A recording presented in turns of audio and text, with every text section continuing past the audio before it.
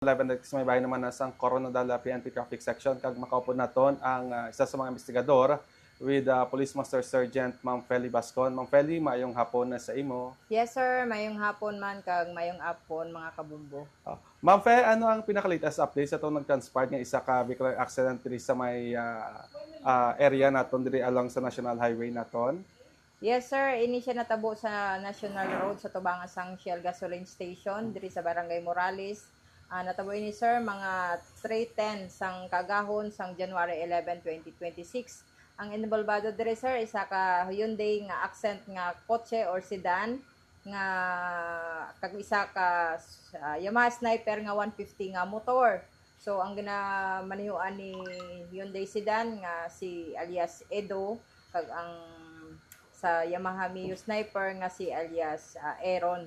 So base sa initial investigation sir sang aton nga investigator nga si PCMS Gigoni, same direction ni sila sir, halin sila sa Tantangan Municipal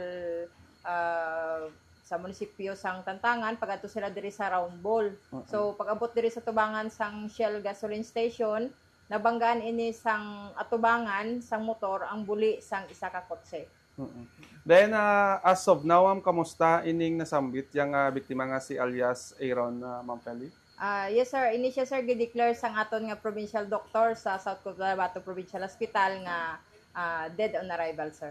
Ano ang iya sini nga mga injuries sa Ma'am Feli? Head injury sir sa kag ang sa body injury gyapon sir. Ang plastada, ano ba siya sa pinaka-latest nyo nga investigation? Nakainom ining nasambit yang si alias Aaron? Base sa aton nga investigador gyapon sir kag nabalaan naton sa pagpang-imbestiga gyapon nila dito, nakainom ini sir. Halin ini sila sa Irimnan diri sa may Conclair.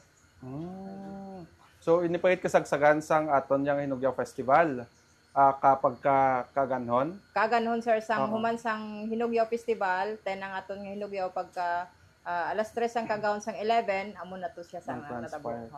Then kamusta man ning driver isang isaya ka kotse, Ma'am Feli? Ang kotse sir, ang driver is ara man gyapon sa aton nga custody ang mga salakyan nila sir. May mga settlement na between ang both parties, Ma'am Fel? Sa subong sir, wala pa sang settlement kag wala pa sang initial nga na pag-istoryahan na nila diri sa amon opisina kay tungod nga ginauna nila ang patay nga lawas ang ilang pamilya sir.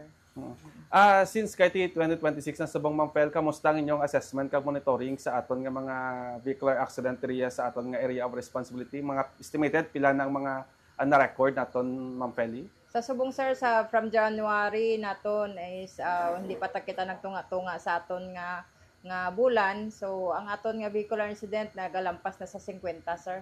50. Kay tungod sa gyapon sa pagsulod sang Hinugyaw Festival, medyo nagdamo ang aton nga aksidente.